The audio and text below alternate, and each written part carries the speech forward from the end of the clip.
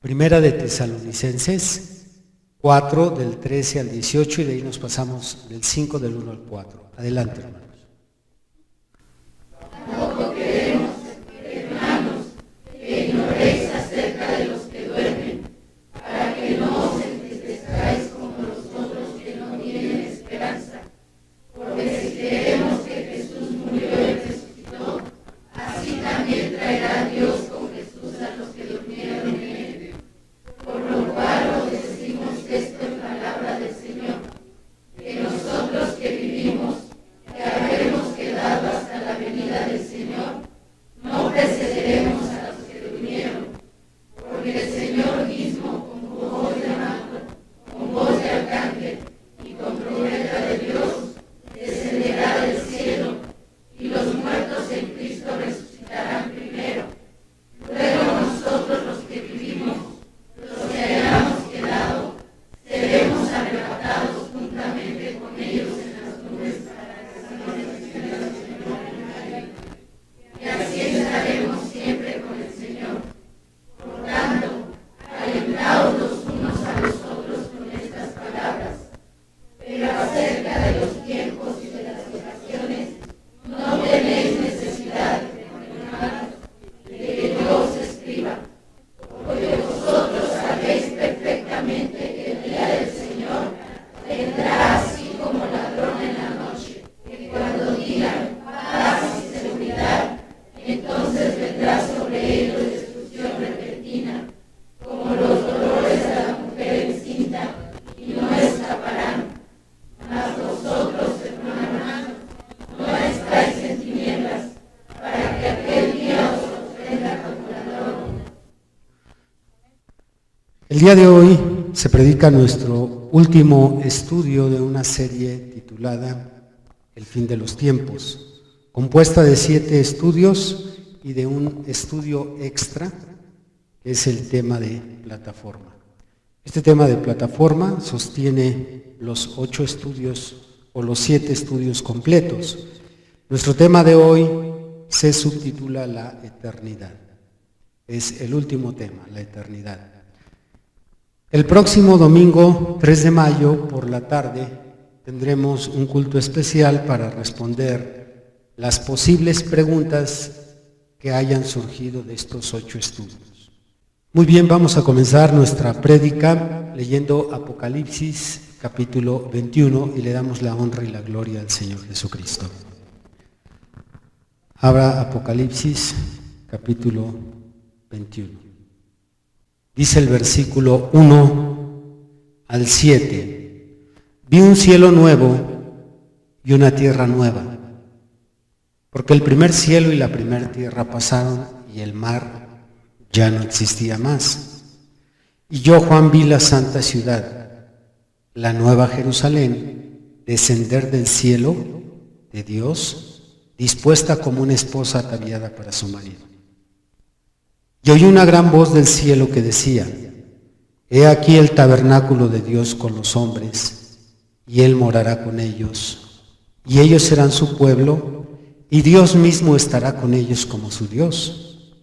Enjugará Dios toda lágrima de los ojos de ellos, y ya no habrá muerte, ni habrá más llanto, ni clamor, ni dolor, porque las primeras cosas pasaron. Y el que estaba sentado en el trono dijo: He aquí yo hago nuevas todas las cosas. Y me dijo: Escribe, porque estas palabras son fieles y verdaderas. Y me dijo: Hecho está. Yo soy el alfa y la omega, el principio y el fin. El que tuviere sed, yo le daré gratuitamente del agua de la vida. El que venciere heredará todas las cosas, y yo seré su Dios, y él será mi hijo. Muy bien, a este evento mayor se conectan los siguientes eventos menores. Vamos a analizar 4 eventos menores que se conectan a este evento mayor. Número 1, cielos nuevos y tierra nueva. Número 2, la unión permanente del Padre con el Hijo. Número 3, el descenso de la Nueva Jerusalén. Y número 4, el comienzo de la eternidad. Recuerden que hemos venido explicando que en esta serie estamos tratando solo de eslabonar eventos. No pretendemos profundizar demasiado. Creo que hasta el día de hoy hemos visto que hay muchas cosas que quedan sueltas, muchos cabos que no atamos. Entonces, lo importante es ir formándonos en nuestra mente o en nuestro estudio por escrito una sucesión de eventos que podamos conectar una cosa con otra. ¿Qué sigue después de esto y qué cosas pequeñas o menores se dan en ese evento? Así es que estos 4 eventos menores son los principales conectores en el desenlace de lo que es el comienzo de la eternidad. Vamos a repetir, ¿cuál es el primero? Cielos nuevos y tierra nueva. El segundo. La unión permanente del Padre y el Hijo. Tercero. El descenso de la Nueva Jerusalén. El cuarto. El comienzo de la eternidad. Muy bien, vamos a analizar estos eventos. Aunque esto es doctrina, tal vez no tenga nada que ver con su vida espiritual, su santidad. Muchas veces ayuda a estar más cimentados en lo que creemos sobre acontecimientos futuros, ya que en esta época han salido tantas interpretaciones sobre el fin. Una de ellas, por ejemplo, es que la Tierra se va a acabar con un asteroide que se va a estrellar con nuestro planeta, y bueno, de ahí sacan infinidad de hipótesis sobre estos eventos futuros. Pero no pueden suceder tales cosas porque Juan, que aparte de ser apóstol, fue llevado al futuro como un profeta. Él vivió en el año 90 esta visión, y cuando él fue llevado hasta nuestros días, o más bien fue traído hasta nuestros días, y todavía fue llevado hasta después de 1000 años de esta época, y vio el juicio y ve la eternidad. Él ve que la Tierra no se acaba, no explota, no es destruida por un asteroide. Esta misma Tierra que ahorita está contaminada será renovada y Dios la volverá a usar. Así es que todas aquellas cosas que no solo se enseñan en las películas, incluso en la ciencia, científicamente se asegura que este es un posible fin de la humanidad. Ellos creen que se extingue la humanidad por medio de un meteorito. ¿Por qué? Porque según sus teorías, los dinosaurios fue como se extinguieron, con un meteorito que se estrelló. Primero aseguraban que fue en una cuenca allí en Yucatán. Después de como unos 50 años de esta teoría, cambiaron y decían que el meteorito más bien se estrelló allá en la India y no tanto en Yucatán. Ya las condolencias y ramos de flores que enviaron a Yucatán, bueno, todo eso se retracta y ahora sucede que los mataron a los dinosaurios allá en la India. Entonces, bueno, la ciencia hace sus cálculos, ellos creen que va a pasar esto, va a suceder aquello. No, la Biblia nos dice qué va a suceder de aquí a después de 1000 años y qué eventos van a haber allá. ¿Alaban a Dios? Bien, esta es la ventaja de tener un Dios omnisciente y que puede llevar a sus hijos al futuro. Vamos a analizar el primero, que es cielos nuevos y tierra nueva. Al terminar el juicio del trono blanco, que es lo que estudiamos en el tema anterior, se limpia y se ordena la tierra por tercera vez. La primera vez se ordenó en Génesis capítulo 1, porque la tierra, así comienzan los primeros versículos, estaba desordenada y vacía. Y usted puede ver en el primer capítulo de Génesis, en un orden, se empiezan a acomodar las cosas.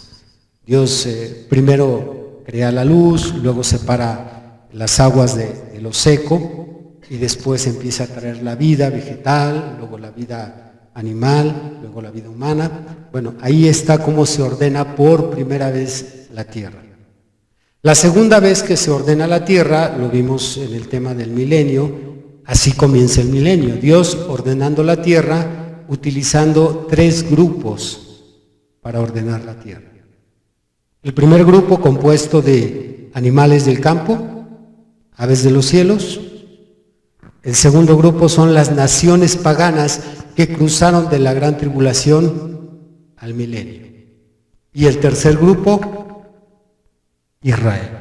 Correcto. Entonces, después del juicio, por tercera vez Dios limpia la tierra, por tercera vez Dios limpia la tierra y reordena la tierra. Pero esta vez va a ser Dios directamente quien lo haga por medio de un Pangea o una Pangea. Así como lo hizo la primera vez por medio de un Pangea que ordenó los continentes del planeta, por segunda vez Dios va a usar una Pangea para reordenar la tierra y va a hacer dos cosas por medio de esta Pangea. Una, va a desaparecer el mar. Y dos, va a crear un monte del tamaño aproximado de la mitad de Estados Unidos de América. Estas son las dos cosas que el Señor va a hacer por medio de una actividad volcánica. Él va a remover el planeta completamente y va a desaparecer el mar, ya que el mar cubre aproximadamente el 70% del planeta y es solo un 30% de tierra firme. Entonces hay más agua que tierra firme. En esta tierra firme, en este 30%, habitan aproximadamente 7,000 millones de personas, un poquito más de 7,000 millones de personas. Y para el tiempo en que viene la eternidad, no cabrían todos los salvos, no cabrían en la tierra, porque estamos hablando de todas las personas que fueron salvos desde el día de Adán hasta el fin del milenio. Son mucho más de 7,000 millones. Y la única forma en que estos quepan es que Dios desaparezca el mar. Vamos a regresar ahí a Apocalipsis 21. Dice en el versículo 1, vi un cielo nuevo y una tierra nueva. Porque el primer cielo y la primer tierra pasaron y el mar ya no existía más. Algunos que confunden esta escritura de Apocalipsis 21 con el milenio, porque recuerden que aunque mencioné que no íbamos a entrar en tema de refutar doctrinas equivocadas, hay quien confunde esta escritura con el milenio, pero en el milenio todavía existe el mar. Esto ustedes lo pueden leer en Ezequiel 48, porque en Ezequiel 48 se describe cómo estarán acomodadas las 12 tribus de Israel, y algunas de ellas estarán a la costa del mar, se me escapó el nombre, el mar Mediterráneo.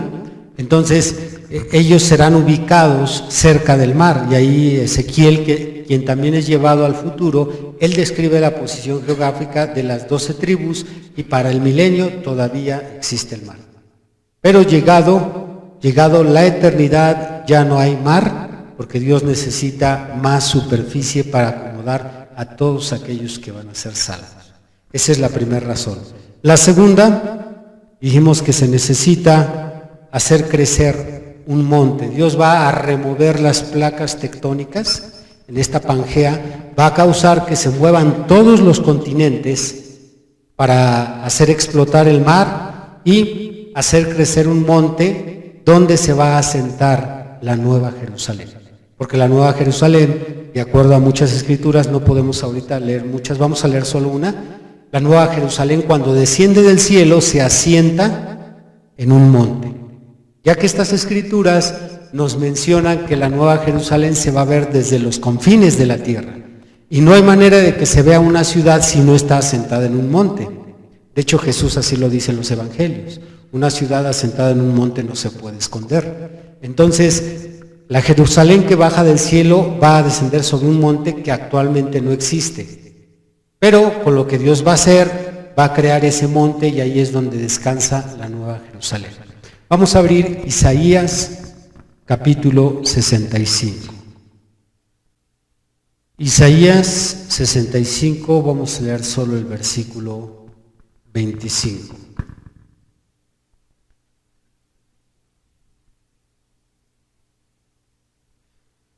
El lobo y el cordero serán apacentados juntos, y el león comerá paja como el buey, y el polvo será el alimento de la serpiente.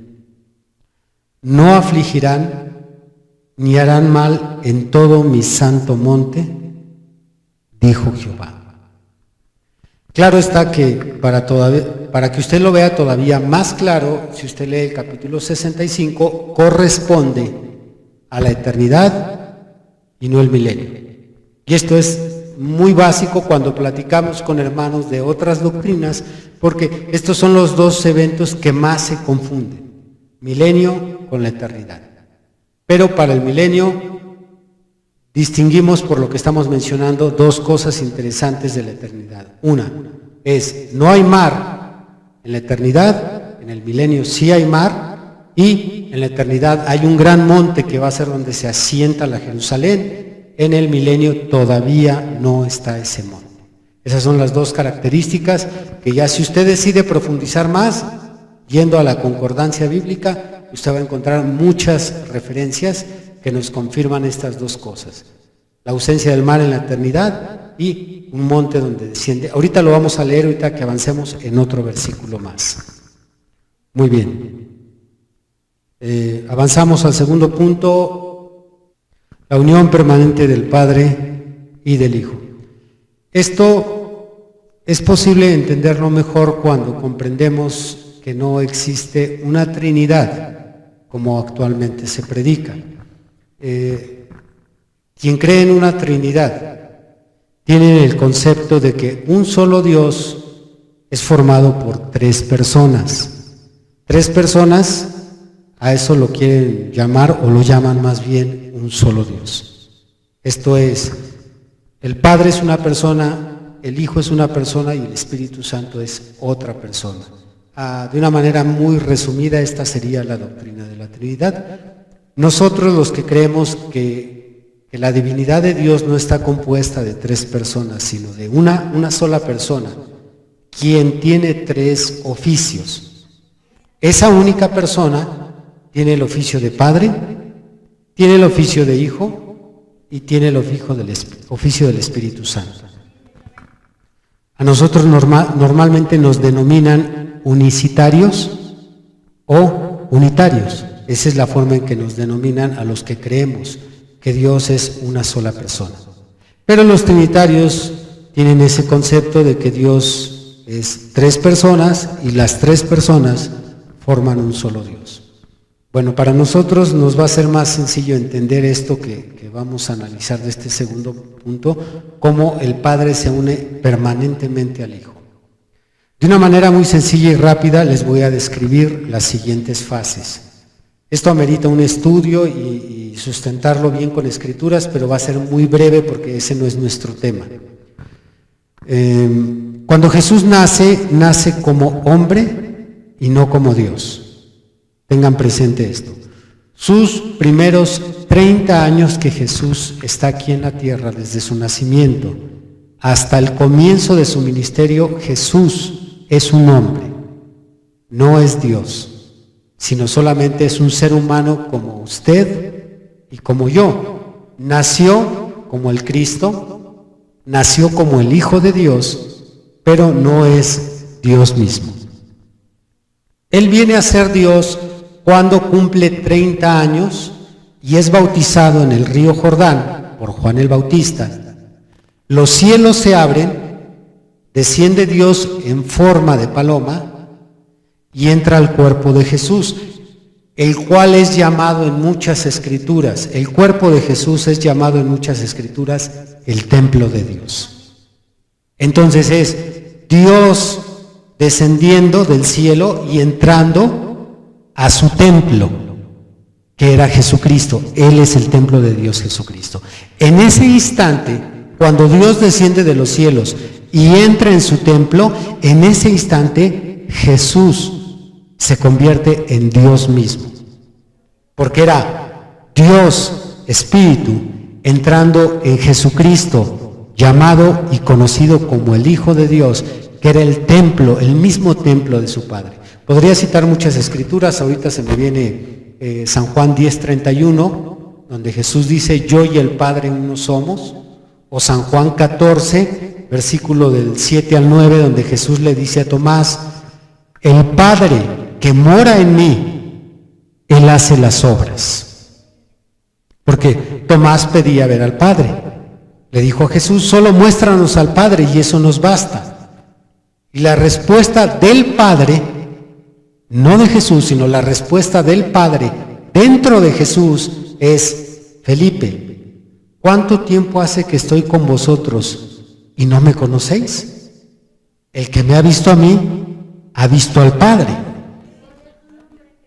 Entonces, ahí es donde unicitarios y trinitarios se confunden, porque algunos hacen a Jesús Dios desde su nacimiento, y entonces ahí hay un grave problema, porque vamos a tergiversar el significado de muchos versículos.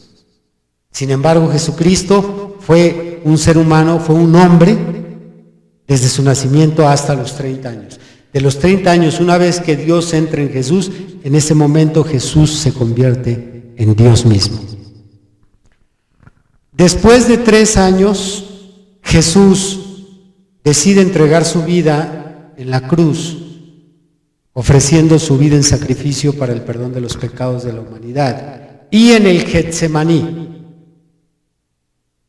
esto es al final de su ministerio, una noche antes de que lo aprendieran, en el Getsemaní, Dios vuelve a salir del cuerpo de Jesús y entonces Jesús queda nuevamente como un ser humano y entra a la cruz o entra a sacrificar su vida, muere como ser humano y no como Dios.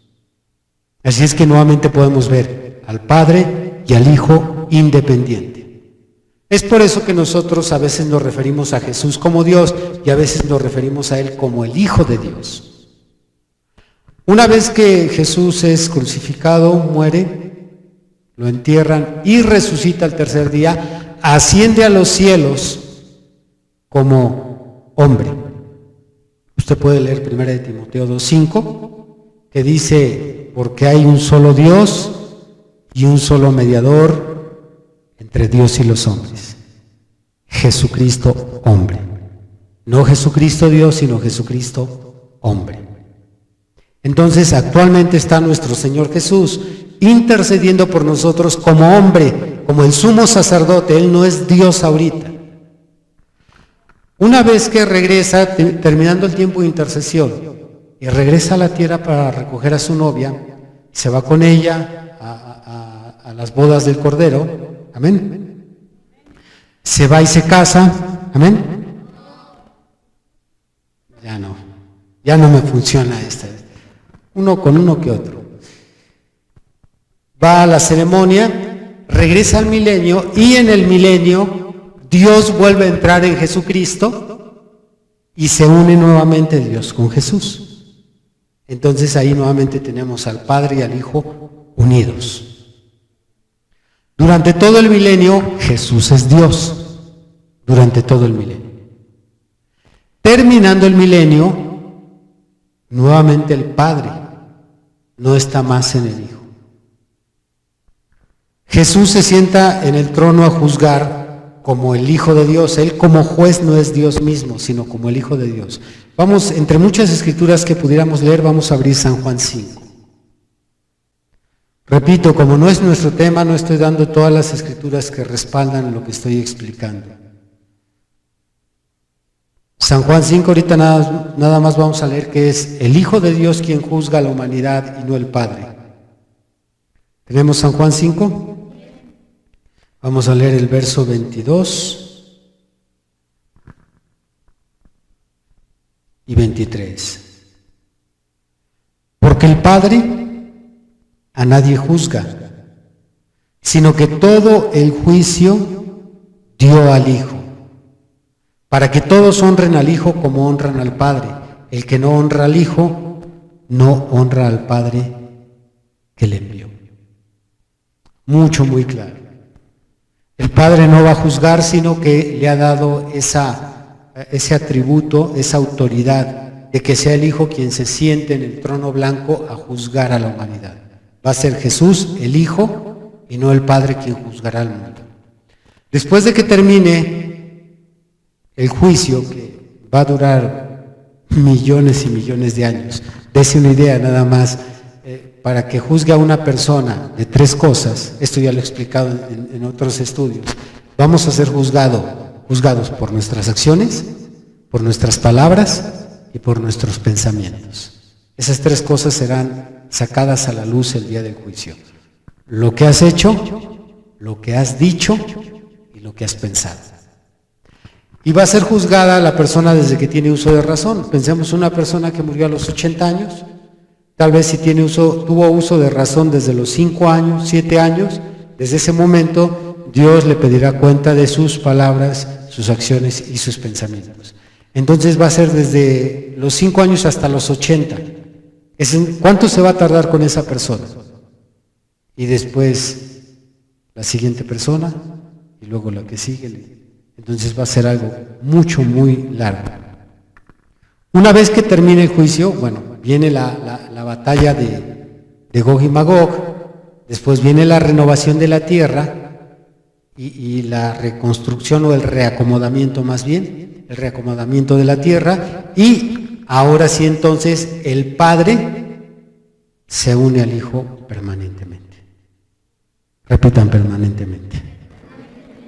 No va a volver a salir Dios de su templo. Y ahí es donde nosotros podemos acomodar todas las escrituras que hablan de Jesús y Dios independientemente, y todas las escrituras que hablan de Jesús y Dios como una persona. Porque no es que creamos que sean 3 personas, creemos que es una sola persona, pero Jesús, el Hijo de Dios, es el templo de Dios. Ustedes recuerdan San Juan 2, Malaquías 3:1, San Juan 2, ¿qué dijo Jesús? O más bien no fue Jesús, ¿qué dijo el Padre? El Padre le dijo a aquella generación: destruyan este templo. No era Jesús hablando, era el Padre dentro del templo. Les dijo: destruyan este templo y yo, Dios, el Padre, yo lo levanto al tercer día. Y cuando lo destruyeron, el Padre levantó su templo al tercer día. Entonces, una vez que comience la eternidad, ahora sí el Padre viene y se une permanentemente. Nunca volverá a salir el Padre de ese templo, y entonces será Dios y su Hijo por toda la eternidad. ¿Alaban a Dios? Bien, vamos a tomar nada más 2 escrituras para confirmar esta gran verdad. Apocalipsis 21, versículo 1 al 4. Vi un cielo nuevo y una tierra nueva, y el primer cielo y la primer tierra pasaron, y el mar ya no existía más. Y yo, Juan, vi la santa ciudad, la nueva Jerusalén, descender del cielo de Dios, dispuesta como una esposa ataviada para su marido. Y oí una gran voz del cielo que decía: he aquí el tabernáculo de Dios. Perdón, voy a hacer un paréntesis porque tenemos muchos hermanos nuevos. En la Biblia, templo es sinónimo de tabernáculo. Entonces, al referirme yo al templo de Dios, es como si dijera el tabernáculo de Dios, para que pueda entender mejor este versículo 3. Repito el 3. Y oí una gran voz del cielo que decía, he aquí el templo de Dios, o el tabernáculo de Dios, con los hombres. ¿De quién está hablando ahí? Sin miedo. Jesucristo. He aquí Jesucristo, he aquí el tabernáculo de Dios con los hombres. Y Él morará con ellos, y ellos serán su pueblo, y Dios mismo estará con ellos como su Dios. Ahora ya será Dios mismo dentro de Jesús. Estará el tabernáculo de Dios con ellos, y dentro de ese tabernáculo estará Dios con ellos. Por eso dice Dios mismo. Esa referencia de Él mismo no es otro sino el mismo Creador, pero va a estar dentro de su tabernáculo permanentemente. Ahora vamos a ver la escritura que nos revela con lujo de detalles que ya será permanente la estancia de Dios en su tabernáculo. Primera de Corintios, capítulo 15. Bendito el Señor por siempre. Vamos a leer ahí en el versículo 24.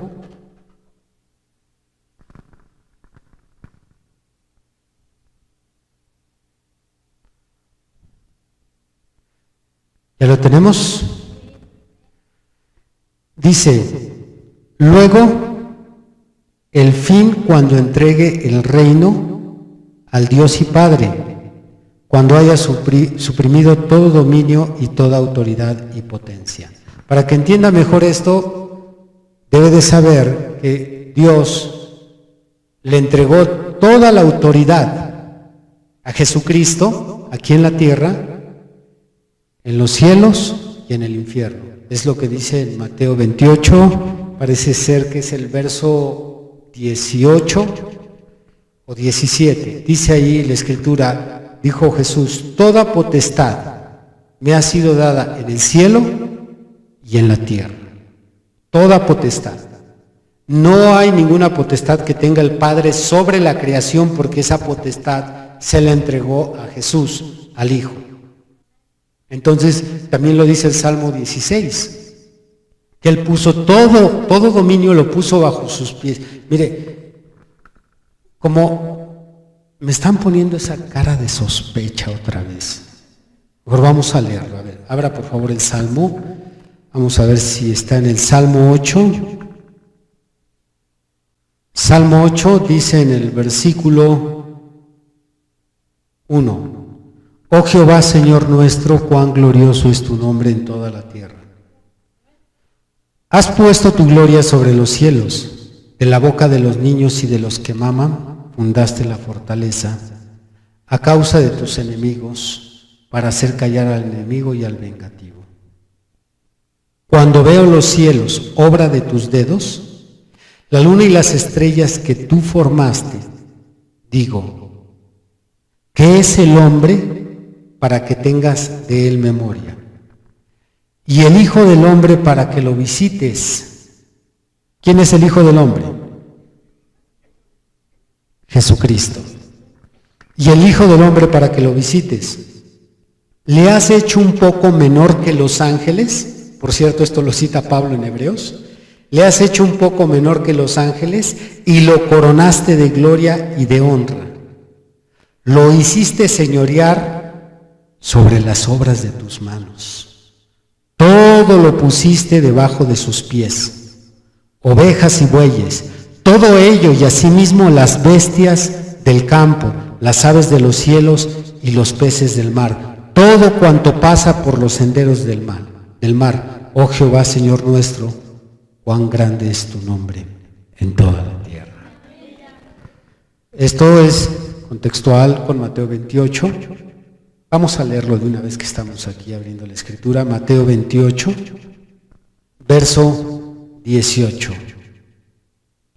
Y Jesús se acercó y les habló diciendo, toda potestad me es dada en el cielo y en la tierra. Esta palabra potestad encierra dominio, autoridad. Entonces yo les pregunto a ustedes, ¿quién tiene allá en el cielo el control de todos los ángeles? ¿El Padre o Jesús?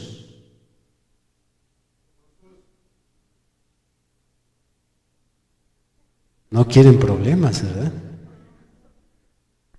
Usted, hermana, usted tiene que decirnos, ¿quién tiene? Fíjese, el Padre es mayor. Jesús dijo, el Padre es mayor que yo. Entonces, ¿quién tiene autoridad? ¿El Padre o Jesús? Cuando le da la potestad al Hijo, pues el Hijo. Así de sencillo, hermano. Si el Padre le está entregando toda la autoridad, toda la potestad, Jesús es quien tiene la autoridad sobre los ángeles, sobre los demonios, sobre todo el planeta, animales, la flora, la atmósfera, todo dice aquí lo ha puesto bajo sus pies. Alaban a Dios. Por eso Jesús dice ahí en San Juan 5, el que no honra al Hijo, no honra al Padre. ¿Por qué? Porque todo le entregó, hasta la autoridad de juzgar. Lo leímos ahí en San Juan 5:28. Se le dio a Jesús esa autoridad. El Padre dijo, yo me quito de la escena, todo se lo entregó al Hijo. Entonces, ya con este panorama, vamos a entender este pasaje que vamos a leer de 1 Corintios 15. Regresemos a 1 Corintios 15. ¿Alaban a Dios? Ya casi se convierte esto en una predicación en la Trinidad, ¿verdad? Pero, o la unidad de Dios. Pero ahora vea qué dice Pablo en 1 Corintios 15, verso 24. Luego el fin, cuando entregue, está hablando de Cristo, cuando entregue el reino al Dios y Padre, cuando haya suprimido todo dominio, toda autoridad y potencia, porque es preciso que Él reine. ¿Quién es Él? Jesús. Porque es preciso que Él reine hasta que haya puesto a todos sus enemigos debajo de sus pies. Leímos en el Salmo 8 que puso a todo lo puso bajo sus pies, pero falta un enemigo que no ha puesto Dios bajo sus pies. Ahí mismo lo dice Pablo, verso 26. Y el postrer enemigo que será destruido es la muerte. Porque el milenio, todavía la muerte está haciendo de las suyas. El diablo es atado, pero el diablo no es la muerte es un ángel diferente a Satanás. Entonces el diablo sí fue atado por 1000 años, pero la muerte sigue llevándose a las personas durante el milenio. Pero si usted leyó, como le encargué, Apocalipsis 21, del 11 al 15, que es el pasaje del juicio del trono blanco, la muerte, el día del juicio, es lanzada al lago de fuego. Entonces ahí Jesús destruye a su último enemigo.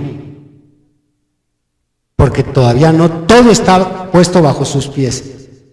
Nada más le falta una cosa.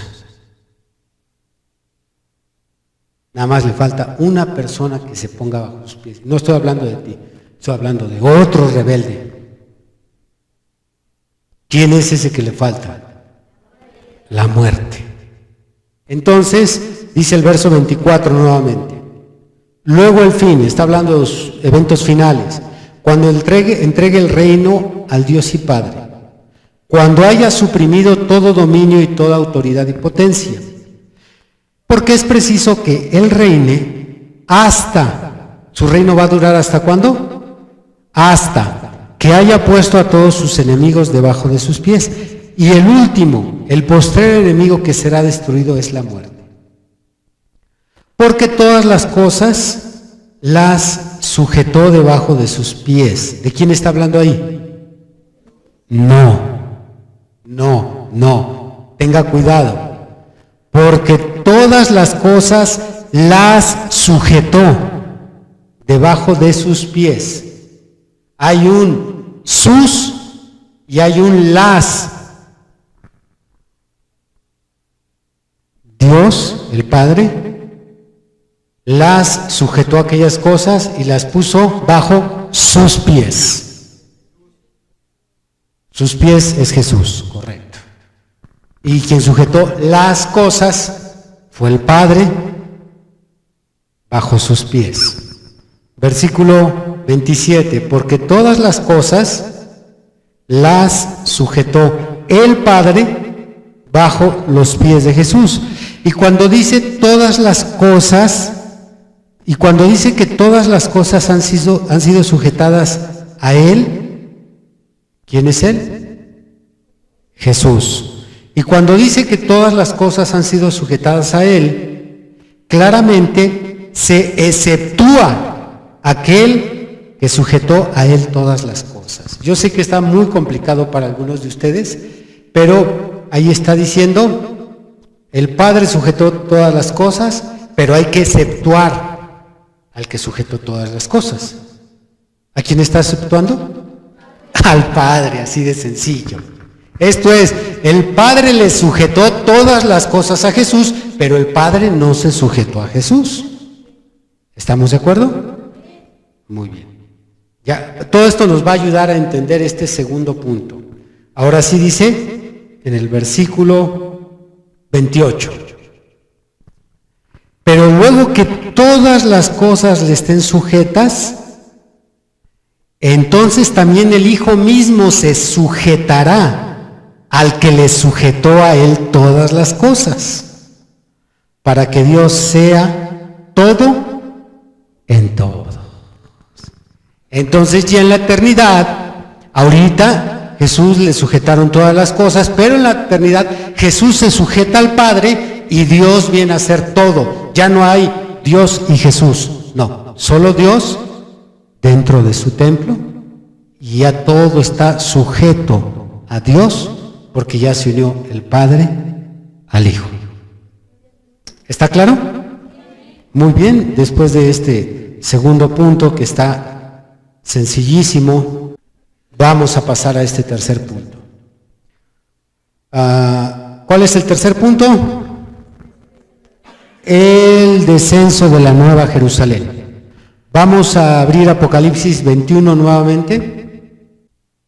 Sí, vamos a leer del 9 hasta el 22. Vino entonces a mí uno de los 7 ángeles que tenía las 7 copas llenas de las 7 plagas postreras. Y habló conmigo diciendo: ven acá, yo te mostraré la desposada, la esposa del Cordero. Y me llevó en el espíritu, ¿a dónde? A un monte grande y alto. Todavía nos está confirmando Juan cómo es que aparece ese monte. Y dijimos que ese monte, ¿para qué era? Para que ahí descanse la nueva Jerusalén que desciende del cielo. Vea el verso 10. Y me llevó en el espíritu un monte grande y alto, y me mostró la gran ciudad santa de Jerusalén, que descendía del cielo de Dios, teniendo la gloria de Dios, y su fulgor era semejante al de una piedra preciosísima como piedra de jaspe, diáfana como el cristal. Tenía un muro grande y alto con 12 puertas, y en las puertas 12 ángeles y nombres inscritos, que son los de las 12 tribus de los hijos de Israel. Al oriente 3 puertas, al norte 3 puertas, al sur 3 puertas, al occidente 3 puertas. Y el muro de la ciudad tenía 12 cimientos, y sobre ellos los 12 nombres de los 12 apóstoles del Cordero. El que hablaba conmigo tenía una caña de medir de oro para medir la ciudad, sus puertas y su muro. La ciudad se halla establecida en cuadro, y su longitud es igual a su anchura. Y él midió la ciudad con la caña, 12,000 estadios, la longitud, la altura y la anchura de ella son iguales. Y midió su muro 144 codos de medida de hombre, la cual es de ángel. De estos datos es donde se sacan las medidas del monte. Porque si nos está diciendo Juan que el ángel que la midió con medidas de estadios y medidas de codos, y un codo de un ángel equivale al codo de un hombre, porque la estatura de un ser humano es la misma estatura de un ángel, por lo tanto podemos sacar las medidas, ya que un codo equivale a 45 centímetros. Entonces, cuando se saca la cuenta, más o menos equivale a la mitad del territorio geográfico de Estados Unidos de América. Es lo que va a medir la Nueva Jerusalén. El monte tiene que medir un poquito más para que pueda sentarse la Nueva Jerusalén. Y el hecho de que su medida de longitud y de altitud sea la misma, entonces nos muestra que la figura geométrica que tiene esta ciudad es la de una pirámide, porque es la única figura geométrica que tiene lo mismo de ancho, de largo y de alto. La única que podría ser comparable sería el cubo, pero ya cuando leemos otras características no concuerda el que sea un cubo. Tiene que ser forzosamente o una pirámide o tiene que ser un cubo. Un cubo no es, porque otros versículos nos hablan de la piedra de corona de esta ciudad. Y para que tenga una piedra de corona tiene que ser una pirámide. Bien, pasamos al material. Verso 18, el material de su muro era jaspe, o era de jaspe, pero la ciudad era de oro puro, semejante al vidrio limpio, y los cimientos del muro de la ciudad estaban adornados con toda piedra preciosa. El primer cimiento era jaspe, el segundo zafiro, el tercero ágata, el cuarto esmeralda, el quinto ónice, el sexto cornalina, el séptimo crisólito, el octavo berilo, el noveno topacio, el décimo crisópraso, el undécimo jacinto, el duodécimo amatista. Las 12 puertas eran 12 perlas, cada una de las puertas era una perla, y la calle de la ciudad era de oro puro, transparente como vidrio. ¡Qué tremendo! Aquellos que tienen una chocita, una casita de lámina, no se desespere si va para allá, ya le estoy describiendo su casa.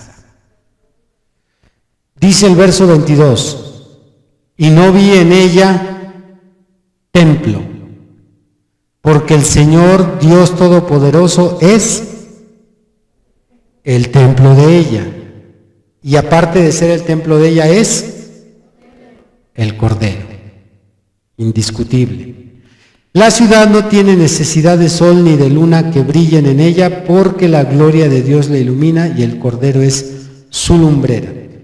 Y las naciones que hubieran sido salvas andarán a la luz de ella, y los reyes de la tierra traerán su gloria y honor a ella. Esta ciudad que desciende del cielo es el futuro hogar de la esposa del Cordero y del Cordero. Todos los hermanos que van a ser salvos, incluyendo algunos de aquí, pero que no van a ser parte de la esposa del Cordero, no van a vivir en esta ciudad. Todas las naciones que sean salvas van a poblar la tierra y van a trabajar para llevar del fruto de la tierra a los que vivan en esa ciudad. Porque los que vivan en esa ciudad no van a hacer trabajo alguno, trabajo físico, sino que todas las naciones se van a dedicar a sembrar, a cosechar, y mensualmente se les va a asignar un rol para que lleven mensualmente de toda su cosecha en la tierra a la esposa y al esposo que viven en esa ciudad. ¿Alaban a Dios? Qué emocionante. Qué emocionante. Para aquellos que alguna vez les ha cruzado por su pensamiento el que da lo mismo si soy parte de la esposa del Cordero o no soy parte de la esposa, con que sea salvo, algunos dicen, hay una diferencia enorme, porque aunque no va a haber el sufrimiento que se vive hoy en la tierra, sí van a vivir la eternidad trabajando, para que otros estemos solamente disfrutando una luna de miel eterna, permanente. Así es que es importante que veamos esta diferencia, porque hay muchos cristianos que piensan que por el hecho de ser salvos van a estar en la Nueva Jerusalén. Incluso hay cantos. Nosotros entonamos un canto aquí, Jerusalén, qué bonita eres, calles de oro, y en aquellas calles yo voy a caminar. Hay que agregarle ahí a la estrofa, si eres la esposa, porque este es el hogar de la esposa y el esposo. ¿Cuántos quieren ser salvos? Levanten su mano. 3, 4 manos, 5, 6 manos. Hasta un predicador. ¿Cuántos quieren ser la esposa? Correcto. Vean la enorme diferencia.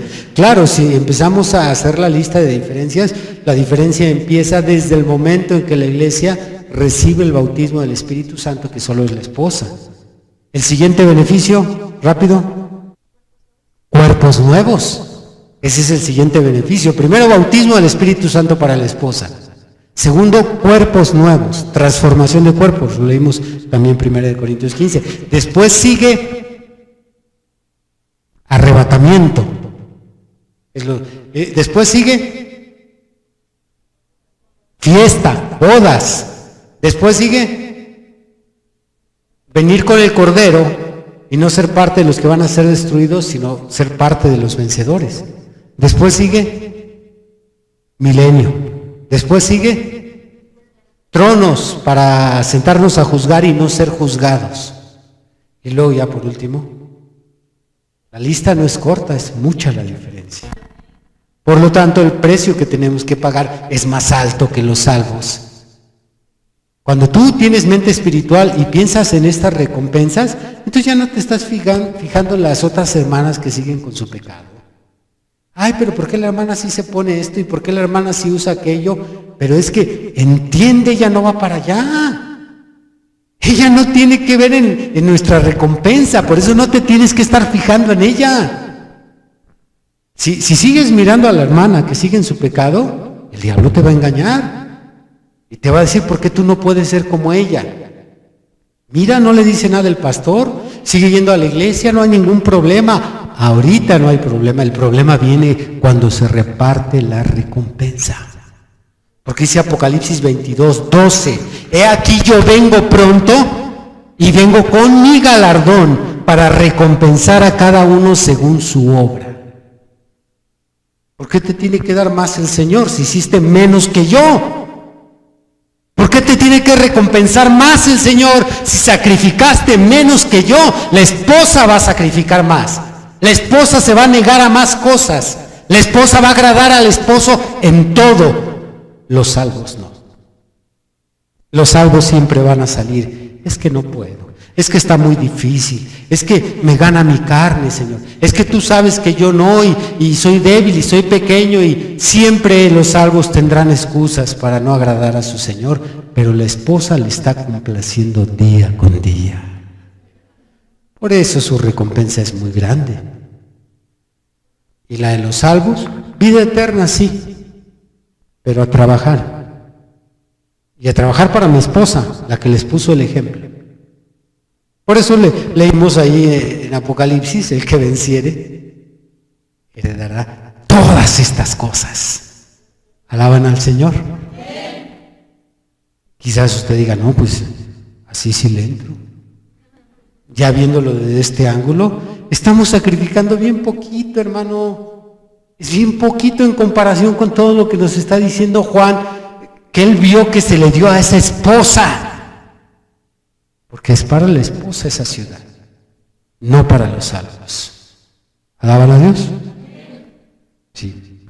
Y por último, en este punto quiero agregar que la esposa ayudará a gobernar la tierra. Ella se sentará por turnos, no hay tiempo de demostrarlo, pero durante lo que podría ser un año, porque ya no hay tiempo, ahorita lo voy a explicar con más detalle, pero lo que podría ser un año, va a haber turnos para que la esposa se siente en cada una de esas puertas. No toda junta, también va a haber un rol y se va a asignar un grupo de la esposa que se siente para estar dando instrucciones a todas las naciones. Van a llegar todos a esa ciudad y la esposa va a asignar el trabajo, ella va a estar dirigiendo junto con el esposo en la eternidad este mundo.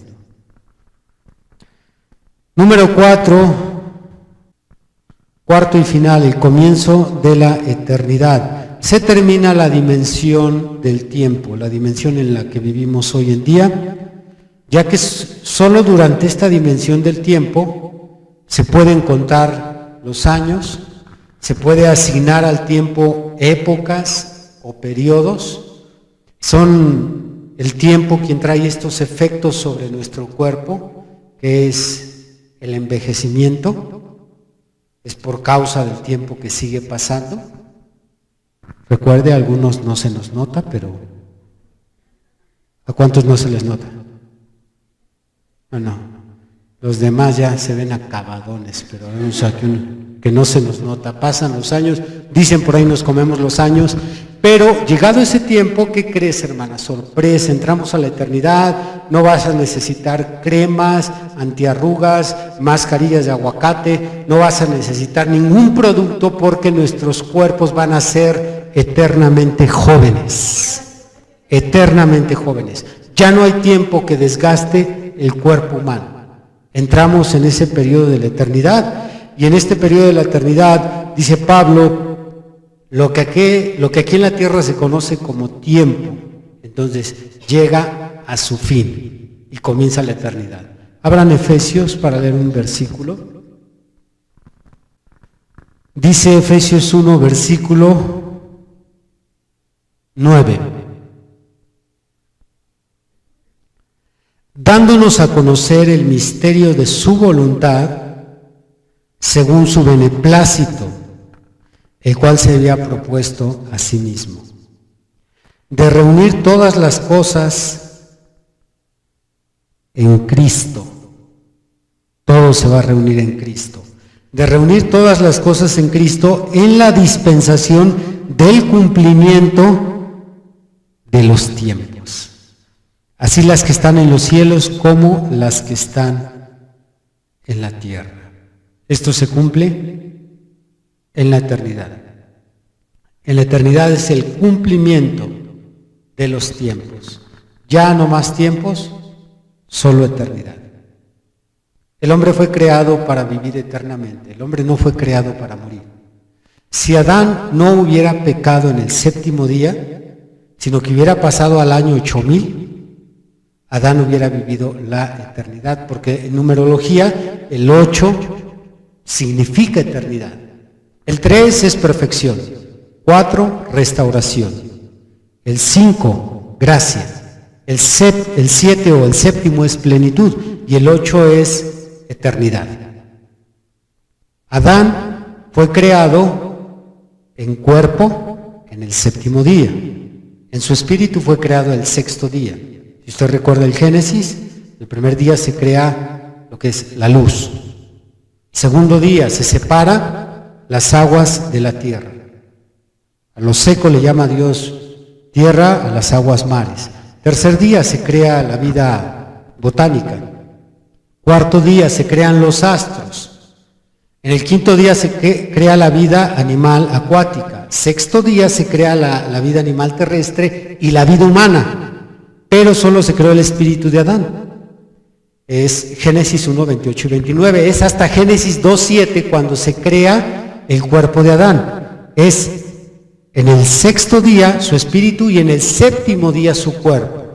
Durante ese séptimo día es cuando Adán peca y no pasó al número 8, a la eternidad. Se quedó en el número 7, entonces Adán peca. La advertencia es, el día que pecares, ese día morirás. Y pecó en el séptimo día. No pudo llegar a la eternidad. Así es que Dios tuvo que comenzar de nuevo. Si nos vamos por la numerología, vamos a caer exactamente en el número 8. ¿Por qué? Los primeros 2000 años, cada 1000 años, 1 de Pedro 3, nos dice en el verso 10 que un día para Dios es como 1000 años. O Salmo 90, versículo 4. Entonces, los primeros 2000 años es de la época de Adán hasta Noé. Tenemos 2 días ahí. Los siguientes 2000 años es del tiempo de Noé hasta Jesucristo. Tenemos 4 días ahí. Y luego de Jesucristo a nuestra época estamos en el 2015. Tenemos los siguientes 2000 años. ¿Cuántos llevamos? 6. Y luego viene el milenio. ¿Cuántos son ahí? 7. Después del milenio es el juicio y entramos al 8. Eternidad. Nosotros ya en el 8 vamos a vivir eternamente. Por eso leímos ahí en Apocalipsis 21:4. No habrá más llanto, no habrá dolor, no habrá muerte. Eternidad significa siempre presente. No va a haber pasado, no va a haber futuro, siempre presente. Siempre jóvenes y bellos. Repitan, y bellos.